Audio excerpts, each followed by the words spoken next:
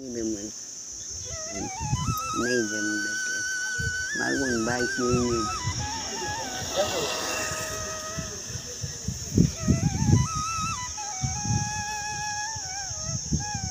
आता बरं आहे ना.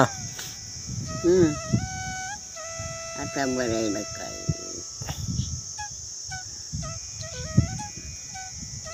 15 दिवस कोणी राहिल्या बाबान गावाली राहिली ही राहिली आणि दोघी गेल्या आज एक गेली नोंदे एक गेली अगं पोरी मला संडासला न्यायला यायला म्हणलं काय त्रास बसून बसून काय करावं आता रोकडी बोलतीस आणि एखादं म्हणून दुखत नाही खुपत नाही म्हातारी गेल्या.